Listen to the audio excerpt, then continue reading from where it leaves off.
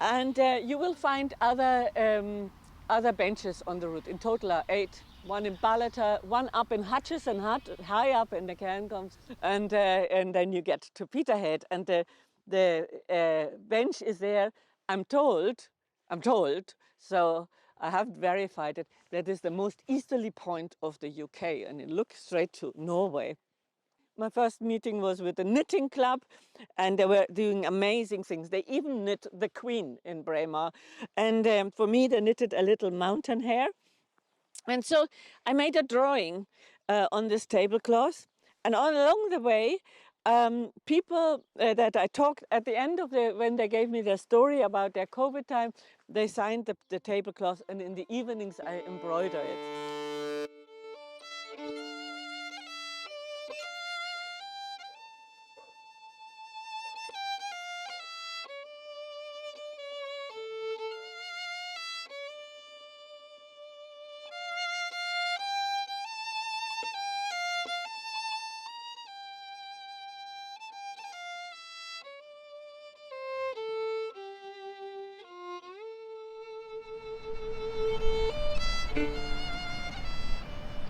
Well, what I did notice is all the kids, when I was taking the dogs to the park, all the kids were using the skateboards in the park and their bikes. All of a sudden they stepped back in time, and that was quite an eye-opener. So it was almost like a freedom for the kids to get out and about and get the fresh air? Yes. Yeah.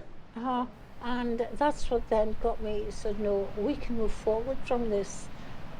And that's what I hope to do. Sometimes you have to look back and see what was here before, and to benefit the present and plan for the future.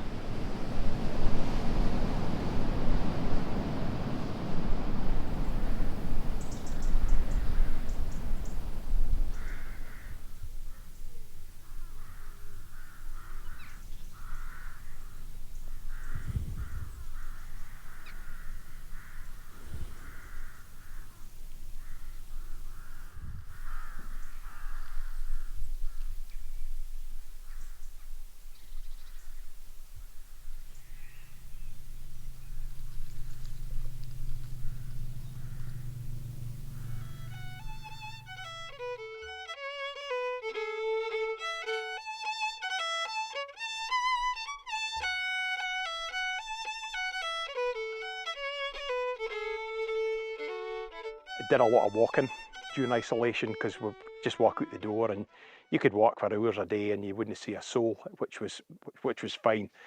There were negatives. It got really quite tiresome after a while. That lack of contact with people.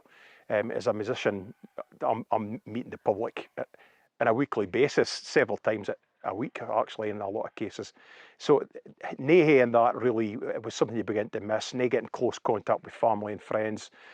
The other negative side was like my granny being in a care home, and that lack of access. She'd quite bad dementia, so it went face have been kind of aware of who I was, to looking out a window, wondering who's looking back in, and that was quite painful to see that during that period, and just the look of confusion in her face.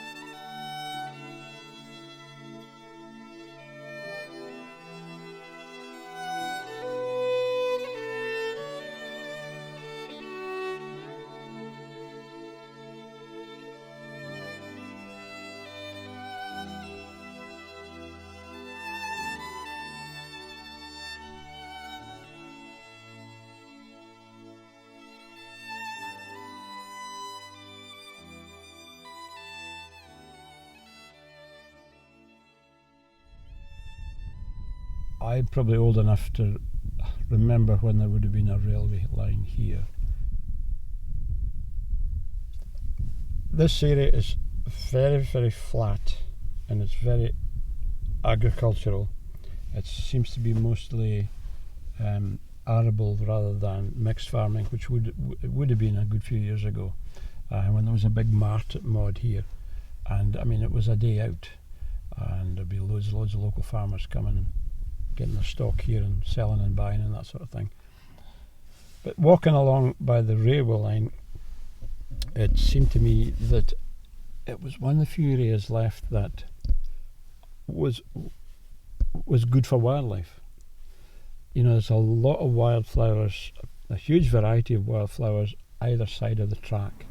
And then there were woodlands which were sheltered, hedges.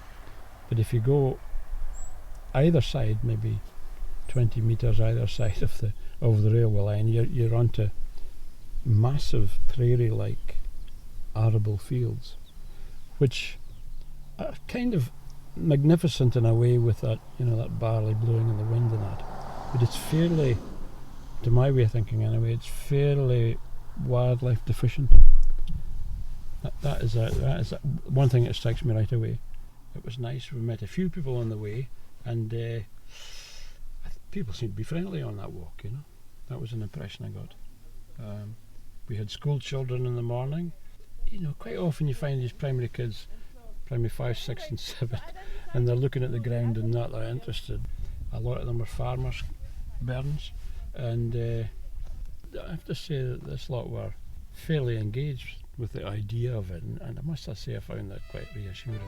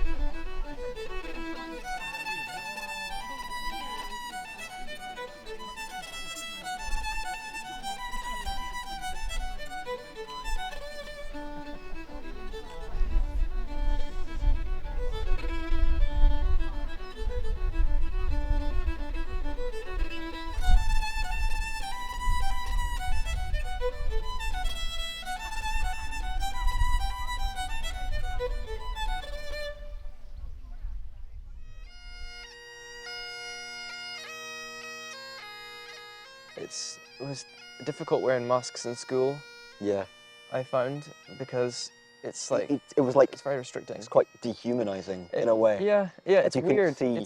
And I got scared first time because I remember being in an English classroom and everyone was wearing these masks and it looked creepy. I know. You know, I didn't like it. No, I mean, But again, the teachers were always saying, this will end one day, this will end one day. It'll always get better. And it did. And you know what? There was times where I'm like, this is just going to get worse and worse and there won't be anything left. It was fine. It all came okay.